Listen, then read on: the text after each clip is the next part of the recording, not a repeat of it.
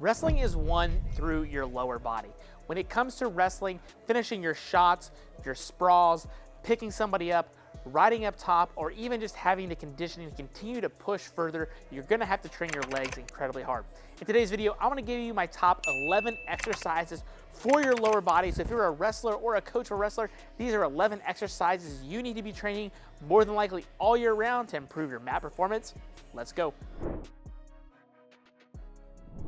Hey there, Brandon here from Thirst Gym, and today I'm going to give you my top 11 exercises to improve your lower body strength, power, and conditioning for wrestling.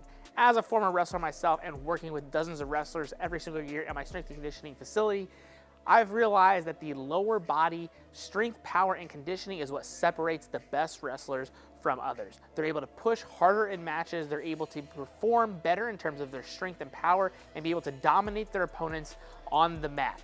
So if you're looking to level up your wrestling game in the strength and conditioning room, this is gonna be the video for you.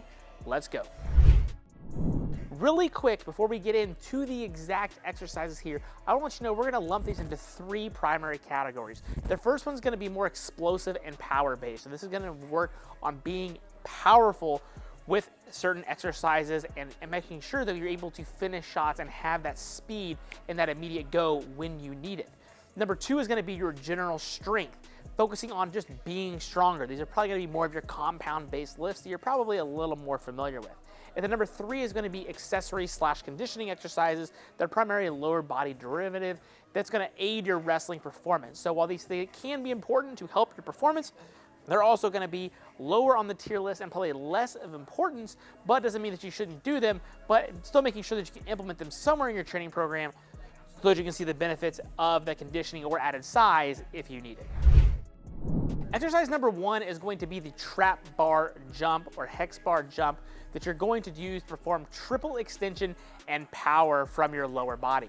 The reason I like this exercise is twofold. Number one, you're able to express a large amount of power. You can scale the bar by adding as much weight or as little weight as you need for each individual athlete. It's also incredibly easy to teach. So while I do love the weightlifting movements like snatch and clean and jerk, considering this is just after lower body development, I think the trap bar jump has a much better place because again, it's much easier to teach and implement and you can immediately get after it as soon as you get into the weight room. Also, the thing that I like about it too is that you can push this year-round without any issues. Almost anybody can pick it up, and you're going to be able to do this very fast with multiple athletes. Consider this a power-based exercise. I really like this exercise for 3 to 5 sets of 3 to 5 reps with anywhere from about 10 to 30 pounds added to the barbell to start with most athletes, and making sure that they're still able to leave the ground 6 to 7 inches if at all possible. If you happen to be somebody that's not strong enough to use the hex bar, that's entirely okay. Just grab 2 light dumbbells and perform weighted jumps and you'll see a very similar benefit. Exercise number 2 is going to be the kneeling jump to box jump.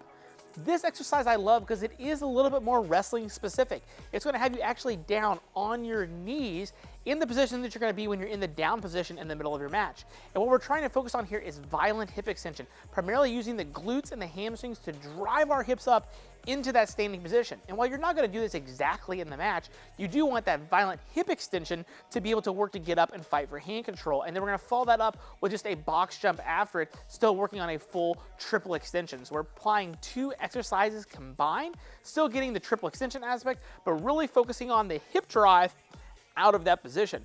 Again, this being a power-based exercise, I like this 3 to 5 sets of 3 to 5 reps. You can pair this with your weighted jumps, or you can do it as a standalone exercise as well. But if you happen to struggle with your power development from getting out from the bottom and getting up to standing, this is a fantastic exercise to help you work on getting from the bottom back up to your feet. Exercise number 3 is going to be a single leg broad jump. Now, I like this exercise primarily because it's going to develop on our single leg power, actually trying to push forward into an athlete or into a shot. And so this single leg aspect is going to make it a little bit more transferable into your sport. It's also going to develop some stability about your hip as you're having to jump from one leg to one leg. Now you can do multiple different jumps with a single leg broad jump. There's many variations, but just a regular single leg broad jump is going to work on that single leg power that you're going to notice that you rely on a lot as a wrestler, whether that's getting in on a shot or actually trying to push an athlete or drive them even sideways. any of those single leg variations like that are going to be great, but the single leg broad jump I think covers a nice plethora of, again, expressing that power from a single leg and then also landing and having the stability on that single leg as well, which is incredibly important for wrestling. I really like this, again, for 3 to 5 sets of 3 to 5 reps on each leg, making sure that every single rep that you're doing, you're owning your landing position on that single leg that you're jumping from. Exercise number 4 is going to be the rotational med ball shot put. No exercise would not be complete without something rotational, and while the med ball shot put is going to have some upper body development as we go to push and throw, the key thing I want you to understand here is the rotation from the hips. Having that ball up here is great, and while you're throwing that punch, yes, you are going to use some upper body with it, but the key aspect of this exercise actually comes from your hips and the rotational aspect. And it's an easy way to train this incredibly hard, explosively, and it's something that you can do year-round without it worrying about affecting your performance in season, because it is primarily concentrically based. You're not going to use a heavy amount of weight or load. So my recommendation is, 1, do both sides, even on your bad side, but really focus on a lighter ball as hard as you possibly can to get that violent hip rotation and extension off the back leg. And as much as we wrestle on our feet and we're having to rotate and move another actual human being, this is going to develop that rotational power. So if we actually need to go to rotate and throw somebody, we're able to do so. Or if we need to do a slide by and be explosive with that, we're able to do that rotationally explosively. And that's why I think this is important, because even though it is a rotation-based exercise, the rotation comes from your hips, from the power development side, so we'd be a fool to not train that. I like this with a little bit more volume, again, 3 to 5 sets, but ideally more of about 5 to 8 repetitions on each side with a light object. I cannot stress this enough. You want to use a lighter med ball for this, 4, 5, 6, maybe 8 pounds at the absolute most for like maybe your heavyweights, but the lighter ball and the more explosive you can do the exercise, the more it's going to develop the power from your hips. All right, let's move on to our strength exercise. So number 5 exercise I really like is the safety squat bar box squat. I love using the safety bar with athletes just in general, but the safety bar box squat is awesome for wrestlers because to develop a nice, big, strong upper back statically as that bar tries to push us forward. And then using that box squat, we can get our feet a little bit wider than we normally would, really sit back into our hips and develop our posterior chain, our glutes, our hamstrings, and our hip development. As popularized by Westside Barbell and Louis Simmons, this develops incredible lower body strength. And I also think it's much easier for athletes to get a hold of the safety squat bar, load it up, and get going right off the get-go. How you implement this can really depend on what you need from the seasonality perspective, but if you're overall just trying to improve your general strength, generally speaking, 2 to 5 sets of 1 to 5 reps is going to be where you want to be performing this exercise. You can build up the top sets, you can accumulate a little bit of volume in the off season if you need to really maximize that strength and maybe build some even extra muscle. And then even in the in season, you could do just some hard sets of 2 or 3 to just maintain your strength in your lower body. And again, it's also going to be very hip development and strong, but you're using a slightly wider stance and really sitting back into that stance. An option you have is you can also use a wide stance. If you really want to develop your hip strength, that's something you need to develop, just widen those feet out wider and continue to do so. But using the safety squat bar box squat should be your go-to lower body squat variation. Exercise number 6 is going to be the good old-fashioned Romanian deadlift, or RDL. In particular, the snatch grip variation of this. Now, the RDL is great just in general. It's going to develop nice, strong glutes and hamstrings, good quality eccentric strength. I think this is great for off-season development to build big, strong glutes and hamstrings, because the posterior chain is incredibly important when it comes to throwing and moving people and being optimal in our performance. The RDL is going to be one of the best ways to develop, 1, the hip hinge, and 2, the strength at the posterior chain. The snatch grip variation I love for wrestlers is because it's going to develop the upper back quite a bit more. It's going to keep our chest a little bit taller and prouder. And considering we have to hold our opponents at our chest and we're in weird variations, the snatch grip I find, considering it's going to develop the lats and the upper back better, carries over better to our wrestling counterparts. But really, any RDL variation is going to work great, but if you really want to take it to the next level, go with a snatch grip and use some straps when you need to save your grip. Otherwise, it's also a great way to develop your grip strength as well, even though that shouldn't be the reason that you do the exercise. I really like this exercise for about 2 to 4 sets of anywhere from 5 to 8 repetitions, going a little bit higher on the rep ranges to build a little bit more muscle, get a little more quality time under tension, but we still want to be able to push this exercise hard and heavy. I do think it is best reserved for off-season periods of training because it can make athletes very sore, so you don't want to implement this going into the season.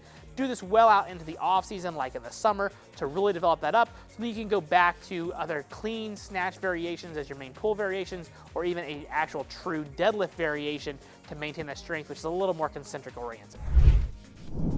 Exercise 7 is going to be a Zercher split squat variation. There's tons that you can do. The Bulgarian split squat is kind of my favorite, but from a Zercher perspective, we're going to hold the barbell or a sandbag, ideally if you have one, in that Zercher position. So the barbell is going to be in the crooks of our arms. We're going to hold it around belly button to chest level, and then we're going to perform our single leg variation. I like this a lot for wrestlers because, one, it's going to mimic the Zercher position of being able to hold legs and pick something up. We're usually working around the chest level from a standing perspective, whether it's holding onto arms, holding onto legs, trying to move somebody. It's going to be a little bit more specific towards our back strength that we're going to need, but then we're also going to develop our lower body strength on a single leg perspective while holding that implement or object, which again is going to have better transference to the sport.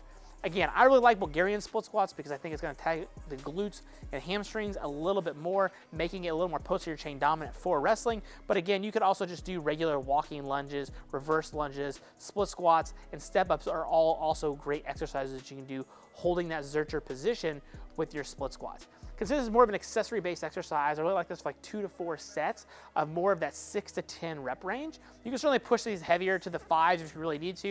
And I also think these work great year-round. However, in the off-season, you can push your reps a little bit higher to build some more muscle. In the end-season, keep your reps a little bit down, a little bit more reserved. You might go with more split squats or step-ups, so there's a little less eccentric stress from the get-go, where your reverse lunges and your Bulgarian split squats are better reserved, probably better for the off-season. Exercise number 8, and one of the other final main strength exercises I love for wrestlers, is a good old-fashioned glute ham raise. This is a fantastic exercise to develop the glutes and the hamstrings specifically, and the way that they work, and factoring into the fact that we're going to work on hip extension as well as knee flexion for the exercise, which makes it very unique compared to other hamstring exercises. The posterior chain, as you've not gathered here, is incredibly important for wrestling. So I do think the athletes get better at the glute ham raise. As your reps increasing, you get stronger at that exercise, you're going to see all your other lifts continue to rise as well. Your squats, your deadlifts, your split squats, your throws, your snatches, your clean and jerks, they're all going to get better as your glute ham raise gets better. But also, it's just a good quality gut check of where you are in terms of relative strength of your body weight. A stronger athlete is going to be able to get more repetitions of this, and so think of this as like the good old-fashioned chin-up or pull-up of your lower body. I love the glute ham raise. I'll link some actual specific videos for the glute ham raise in the description box below in case you want to check more of those out. Now, in terms of programming, I think something you can do year-round without any issues. You're just going to adjust the amount of volume that you do. For most people, you're going to want to start out just doing as many reps as you possibly can. If you're only having to get 2 or 3 reps, then you need to focus on doing more eccentrics and even razor curls or different variations. Again, more of those videos in the description box for you below.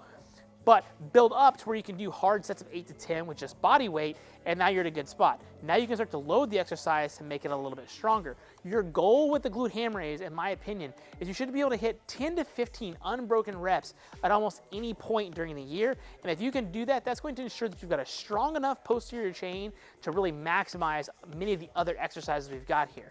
If nothing else, it's just a good way to get some quick lower body work in with maybe some of these other exercises if you're really crunched on time, and still make sure you're going to see a good return on your investment from a posterior chain isolated based exercise. All right, let's move on to our conditioning / accessory exercises. So number 9, that's going to be belt squat marching. I absolutely love this exercise for overall hip development and strength, but also developing your conditioning that's more specific towards tactical based populations or wrestling and combat based sports. Again, what you're going to do is just march on the machine, put as much weight as you can possibly get on there for time. But because we're doing this for conditioning, I really like this for 2 to 3 minutes for wrestlers. And if we can do it while holding an object, a sandbag, a kettlebell, a dumbbell, farmer's carries, that's going to make it even more challenging on how you use it. Grip, upper back strength, torso strength, you name it. But by doing that, that's going to develop our conditioning more towards a sport. You very well may be on your feet for 2 minutes, hand fighting, shooting, and doing all these things, and then developing those hip strength making you be in a better, wider stance and a stronger position when it comes to wrestling. So my suggestion here on your belt squat is to use it about 2 to 3 minutes for a couple sets towards the end of your training sessions to really fry your hips and really actually build that strength and the conditioning specific towards your sport. If you don't happen to have a belt squat, that's okay. Just take a good old-fashioned weightlifting belt, put it around your waist, run a band through it, run one part of the band to one foot of band the other foot, and then you're just gonna march in place as such, and you can adjust that band tension. That's gonna give you a very similar training effect while you're still working on the hip strength and conditioning. Exercise number 10 is going to be the lateral sled drag. Now, I'd be a fool to not put a frontal plane movement in here for you wrestlers, but I love the lateral sled drag in particular for 2 main reasons. Number 1, you can do it year round and it's not going to make you sore. So you can load this thing up incredibly heavy and get after it year round and immediately see progress in your lower body, but also being able to drive sideways. Number 2, I like it is because anybody can pick it up and we can load it up incredibly heavy all the time. Once you actually learn how to drag a sled laterally, you can really push this exercise hard for short distances, long distances. You use it for conditioning. You can use it again to develop some strength, develop some power. Lots of different variations here, but I like it more towards the accessory side to, one, keep my athlete's heart rate elevated to get some conditioning out of it, train that lateral piece in terms of laterally pushing sideways as if we were going to drive. If we go in for like a high crotch and come across and we're driving up, we want to be able to apply sideways laterally into the ground, and this is going to mimic exactly the way that movement is going to look. So you are really going to need some space to drag a sled. 15 to 20 yards ideally is probably the minimum amount of space that you're going to have, but really just going to drag it as far as you possibly can, 15 to 25 yards, or you can do really short bursts of 10 to 15 with the really heavy weights to work on more of the lateral strength aspect. Again, you can do somewhere from 2 to 4 sets, and you can do it year round without worry about getting sore. So if you can only do one exercise, this is probably going to be the one that you can do because you can do it several times throughout the week. You can load it up heavy, you can do it fast, you can do it for conditioning. You can really use it in any kind of modality, but I really like it more in the conditioning and finishing and accessory-based option because I'm able to develop other qualities through the other exercises we've already talked about. Exercise number 11 is going to be the Copenhagen plank. I love this exercise for 2 main reasons. One, we get to train our adductors, which keeps our inner thighs strong. So when we're trying to be on top, riding, or going for leg control. And it also keeps our hips and our low back feeling healthy year round. Additionally, it's also a great oblique or abdominal exercise that you can do with just your body weight from anywhere. So you can do it in the gym, you can do it at home, you can do it at practice. And it's also very easy to level up and increase the difficulty on by just adding weight to the side of your hip. So it's very scalable, it's very actionable that you can put anywhere in your training program and get done anywhere if you absolutely need to. Perform this anywhere from 2 to 4 sets of 10 to 30-second holds on each side. Strengthen your adductors. There's also several different variations that you can do. You can do rear delts from this position. You could do rowing variations. You could actually do Copenhagen dips. There's several different variations you can do as well to level up the difficulty if you choose to do so. So make sure you're doing this to strengthen the adductors and get that free extra abdominal work. All right, now when it comes to implementing these into your training program, I've obviously listed some sets and rep guidelines of what you can kind of do, and also kind of talked about what's great in season and out of season. What you don't want to do is take all these exercises, combine them into one training day, and hope for the best. It's a terrible way to go about this. You ideally want to pick 1 or 2 exercises from the power aspect, 1 or 2 exercises from the general strength or hypertrophy aspect, and then a couple from the conditioning aspect, blended into a training program. Again, they don't have to all be on the same day, but blended into that training week, and you're gonna see a lot of great results here. There's clearly some that work better for more in-season, some that clearly work better more for the off-season. Ideally, you're gonna find what works best for you in your current situation. And if it's in season, I'll be honest, I'm generally more of a full body training guy. I think it's more optimal, and as busy as you are as a wrestler and athlete, learning how to optimize your time in the weight room in season can be incredibly important to, 1, optimizing your recovery, but also optimizing your performance on the mat. Now, if you happen to enjoy today's video, do me a favor, hit that like button, subscribe, where I drop new videos every single week. And if you happen to have questions, just leave me a question in the comment section below. I'd be more than happy to help you out the best that I can. So thanks for tuning in for today's video, and I'll see you at the next video.